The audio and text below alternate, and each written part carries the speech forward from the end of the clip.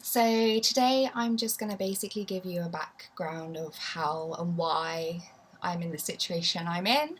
Next week I go for an L5S1 TLIF, basically through my back, not through my tummy, because I've got quite advanced endometriosis and we don't want any more dramas. So first off, I've had back pain on and off since I had my eldest about 13 years ago. And then I got pregnant again, and then had a bit of a niggle when I was pregnant with him, and that was 8 years ago. And then for like the last 4, I've kind of like had backache, blame the gym, do some stretches. I've always been active. I used to do like a body pump class followed by RPM or vice versa, running, walking, charity runs, anything physical, kayaking. Oh my gosh, all these things I can't do now, but did before. Never injured myself, hadn't been in a car accident, nothing bad happened for this to happen. So 4 years ago I went to the doctor, complained that my back was hurting, and I had like a sciatic pain down my leg. Didn't know what the word sciatica was at this point. Now I am a pro. Yeah, so I was sent to physio, NHS physio, so about 10 weeks wait, and I was finally seen. I was told it was my core and that I should do core strengthening exercises. Did that, didn't fix anything.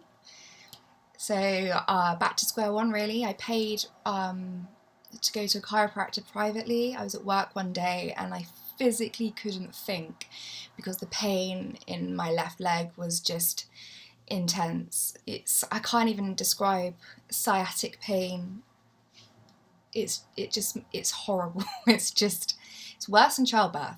And I've done that twice. So yeah, it's horrible. So I paid for a chiropractor and she was brilliant. Manipulated me, I felt a lot better, I had some acupuncture, it relieved a bit of pressure, but it was still there, it was still hurting. So I ended up having an MRI, which confirmed I had an L5S1 prolapse disc. So basically your disc is like a donut and it's like mine had been squeezed and a bit of the jam was coming out and it was touching my nerves, hence the sciatic pain. I have had, that was in 2016, and then I had like epidurals and things like that just to kind of take the pain away, but not actually fix the problem. It was just like a conservative approach to it.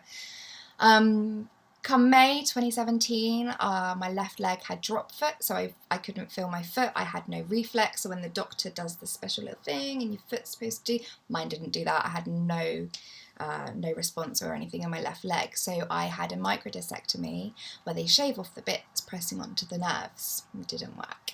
I woke up after surgery and I was still in pain, the same sciatic pain. I knew straight away it hadn't worked. Unfortunately, my surgeon doesn't have a very good bedside manner. So it took a few weeks for me to see him on follow-up. I think it was about week 4 or 5, and I had signs of infection. I wasn't feeling well. I still had the pain. He told me that was normal and just to take some paracetamol, ibuprofen, and it would all get better in time. It was just my body's way of reacting to the surgery. May. August, I collapsed at work. I couldn't feel my leg. I had paralysis. It was one of the most scariest things ever. I worked at a doctor's at the time and I was a manager, so it was a bit awkward. So I went to A&E, and literally the next day I had spinal surgery, so the same microdiscectomy, same place, shaving it but a bit further down, like further shaved off, sorry. And yeah, woke up, felt great, a little bit taken aback because it was only yesterday that I collapsed and now today I've just had surgery again. I'd only had 3 months ago. So that was not great. And then about a week after that surgery, I was really, really poorly. Ended up getting an out of hours appointment at our local hospital, and my husband took me down with the children, and that's where I collapsed and nearly died. They were working on me in front of the children. I was in hospital and ICU for 2 weeks. Basically, I had MRSA, kind of like sepsis. So because I had the MRSA, I then got the sepsis. So End story, my surgeon shouldn't have operated until I had no virus in my system, but he carried on.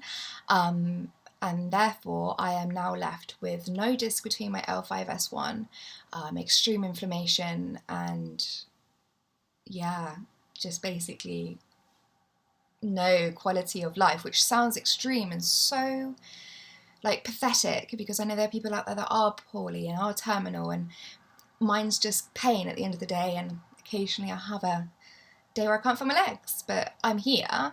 However, I've had to give up and lose a lot along the way, and I'm still not fixed. So that's why I'm having a TLIF L5-S1 next week on the 13th of November.